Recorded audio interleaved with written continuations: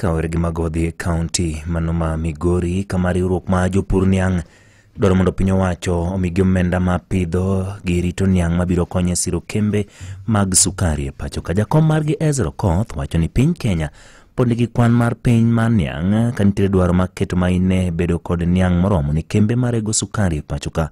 Olero ni jopur tiyo mathoth e weche mag pith gi rito niang' kendo nitie dwaro mar mondo mi sirgi ka okang' ma kamano baneno ka piny Kenya nyuolo niang' mathoth mibiro tere kembe masiro weche mag sukari. Wadwaro ni pesa makuru setere Ministry for Agriculture wan gi Kenya Sugar Board pesa manoket percentage kalure gi Sugar Act tiang' rume ei Kenya ka ma tiang' ok nyal chiek gi ndalo 2 kata 3 oningo miwa pesa mane Dr. William Ruto oketonwa Sugar Act 40% mondo wayud kaka inyalo pur niang' Kenya mzima mondo mi sukari manyala oko kik bedi wabed gi sukachwa kaka president wacho ni wambe sukachwa nyaka dhi oko. Miya wadwa ni pesa no oningo Kenya Sugar Board oyier directors mondo mi pesa ni olwar piny wayud kaka wapuro niang'.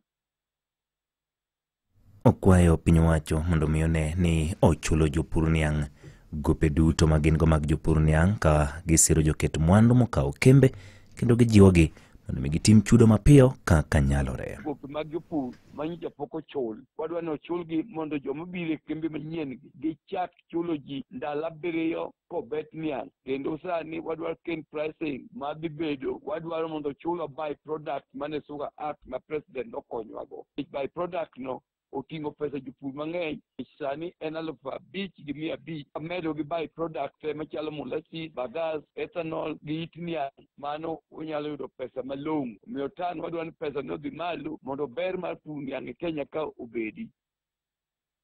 Wechegi medo choponi kokadhi nyakalondo mari mihero mar Ramogi.